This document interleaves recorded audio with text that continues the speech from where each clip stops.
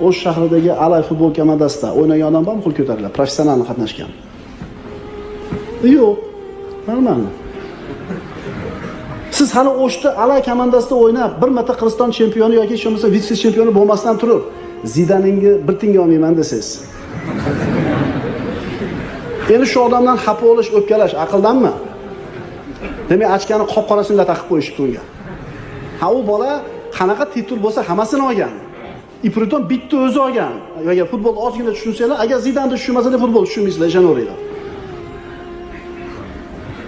Bir tinga olmayman Zidanni desa, kulgilimi? U shayxini tan olmayman ilmini desa, shu odam bilan gaplashish kerakmi?